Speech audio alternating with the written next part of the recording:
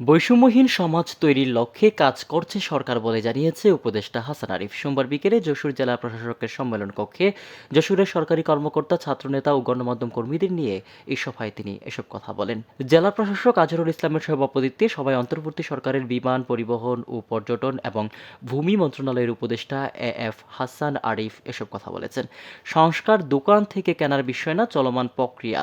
কমিশনগুলো গণমতামত নিচ্ছে, তার ভিত্তিতে সংস্কার হবে। উপদেষ্টা এফ হাসান আরিফ আরও বলেন, উপদেষ্টা পরিষদ কোনো রুটিন সরকার না, ট্রাস্টি হিসেবে কাজ করছে। একটি বৈষম্যহীন সমাজ তৈরির লক্ষ্যে এ সরকার কাজ করছে। আগামীর সমাজ গঠনে সবার অবদান থাকবে। সংস্কার হবে কোনো গোষ্ঠীর জন্য নয়, সমগ্র দেশের মানুষের জন্য। সিস্টেম গড়ে তোলা হবে যাতে ব্যক্তি চলে গেলেও তা চলমান থাকে। সেই বৈষম্যহীন সমাজ যাতে হয় সেই জন্য এই গণঅভ্যুত্থান এবং সেই প্রত্যাশার জন্য বিভিন্ন সংস্কারের প্রয়োজন।